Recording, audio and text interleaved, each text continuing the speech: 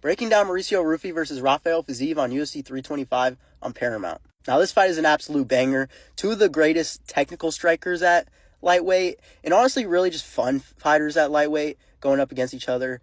They got shades of Monkey D. Luffy. They got shades of Ragnar Lothbrok. You know, it's a very interesting matchup. Mauricio Ruffy actually made a big change in gyms. He's no longer with the Fighting Nerds anymore. He's actually with Volk now it's not called City Kickboxing. I don't know exactly what his Volk's camp's called, but he has Craig Jones working in with him, and obviously he gets to spar with people like Alexander Volkanovski, Colby Thickness, those type of people.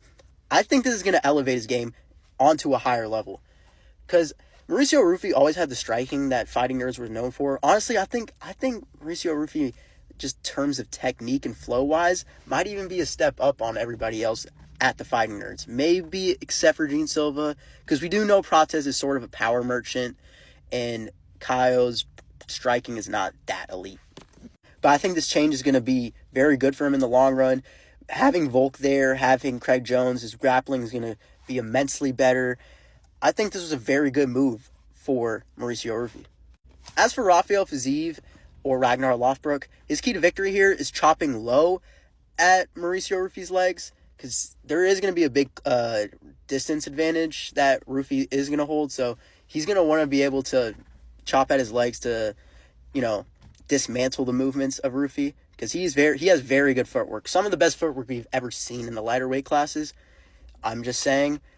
And also, Rafael fiziev's another key to victory is to be able to use the clinch and takedowns in this fight. He does have grappling in his back pocket, but I do see Mauricio Ruffy being able to negate it just because of the switch of gyms, honestly, which I think this was a very good move for Mauricio Ruffy.